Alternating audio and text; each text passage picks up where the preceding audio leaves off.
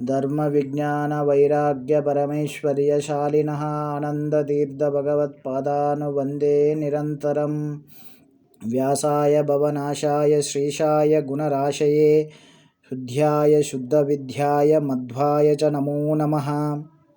ఇక్కడ 9 విధములైన నవవిధ ద్వేషములు ఉన్నాయి.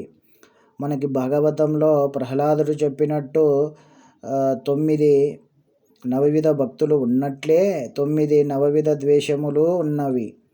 సాత్వికులు భక్తులు వారి స్వరూప లక్షణము ఈ 9 నవవిధ భక్తులను చేయడము. అదేవిధంగా దైత్యులు వారి స్వరూపరీత్యా వారు ఈ 9 విధములైన నవవిధ ద్వేషములను ఎల్లప్పుడూ చేస్తూ ఉంటారు. జీవభేదో నిర్గుణత్వం అపూర్ణః గుణతా తదా సామ్యాధిక్యే తదన్యేషాం భేదస్తద్గత ఏవ చ ప్రాదుర్భావ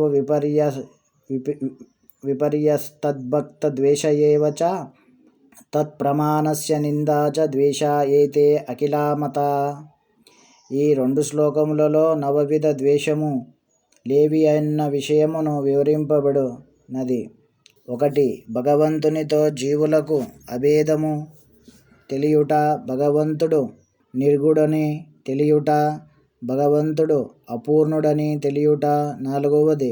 భగవంతునితో ఇతరులకు సమానులని అధికులని తెలియుట. 5. భగవంతుని మూలరూపమునకు అవతారములకు భేదమున్నదని తెలియుట. 6. భగవంతునికి జనన మరణములను ఉన్నవని తెలియుట.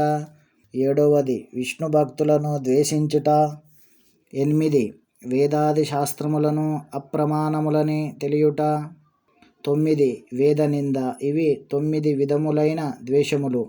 శ్రవణము, కీర్తనం, వందనం, స్మరణం, పాదసేవనం, అర్చనం, దాస్యం, సఖ్యం, ఆత్మనివేదమని 9 విధముల భక్తి దేవతలలో ఉన్నట్లే దైత్యులలో పైన పేర్కొన్న 9 విధముల ద్వేషములుండును.